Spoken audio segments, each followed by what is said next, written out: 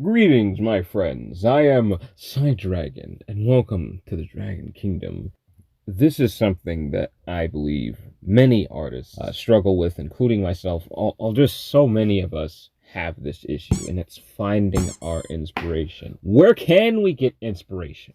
I don't know how many times I've stared at the paper and I just don't know. It drives. That's what we're going to talk about today, is finding our inspiration. But before we begin, there's something I need you to do for me. I need you to take a break, even if it means pausing this video, to take a moment to just think and relax. Take some time to yourself. Never rush art. It is something that comes to us over time. Me, I like to look at the stars, and if it's the daytime, maybe you don't want to look at that star. Instead, how about you look at the blue sky and the clouds? Something that clears your mind.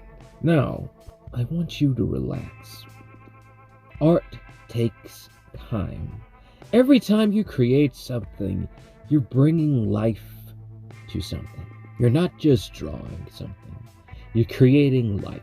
At least that's the way I like to look at it. Of course, you're not breathing life into, actually creating life.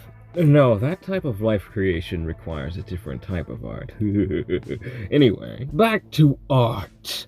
Yes, creating a concept, an idea, in my opinion, is always a form of life. Because when I create a character, there's something I'm going to come back to. There's someone I'm going to come back to. The idea is life, in my opinion. Creating such a character is more than just a drawing. Well, at least to me anyway. Not everybody thinks this way, but when I'm creating something, this really does help me find inspiration when I think of the idea of creating not just a character, but life. Something that other people are going to enjoy, look at, and imagine in their own unique ways. We see this a lot when it comes to animation. Whenever there's a new character released, there's a new story, a new world, and then other people come up with their own ideas, and they imagine the character in their own unique way. This is how we get spin-offs and the other kinds of spin-offs as well. So to me, this is a form of life. When I create a character, I know that they're probably going to be subjected to this type of creation, this art. So I think of it as I'm creating life. I'm not just creating a picture. Other people are going to see this, and other people are going to enjoy it in their own unique way. So I am, in sort, creating a type of life. This is how I find my inspiration.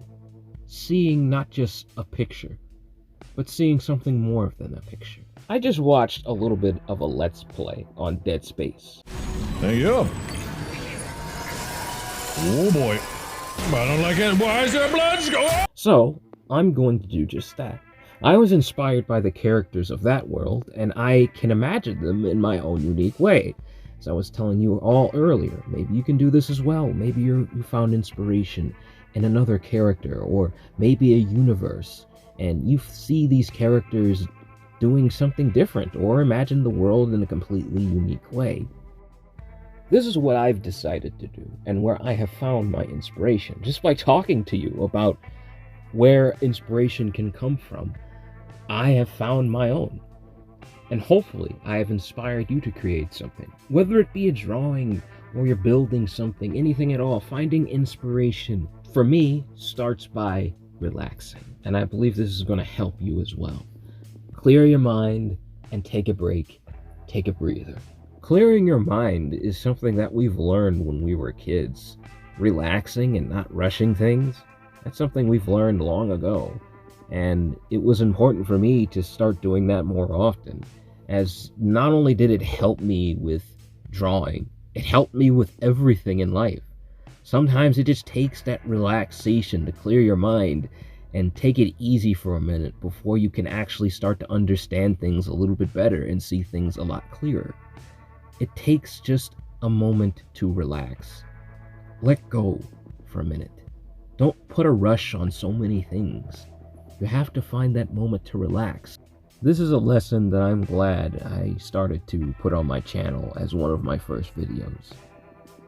Inspiration doesn't just apply to art. doesn't just apply to drawing, painting. It doesn't just apply to creation like this. It applies to life in itself. Life, especially when you're an adult, you're my age, a lot of things happen all at once from all sides, and then you just end up forgetting about relaxing. You have all these weights on your shoulders to the point where you're so used to carrying them, you forget to relieve yourself. And that moment you do relieve yourself, you start to think a lot more clearly. Instead of just being a part of the daily rut in our lives, whether it be going to work or just focusing on one activity in repetition constantly, you just seem to forget about that moment of relaxation. And you find yourself losing track of time, and then before you know it, you're just a part of this rut for years. Take a moment to relax and think.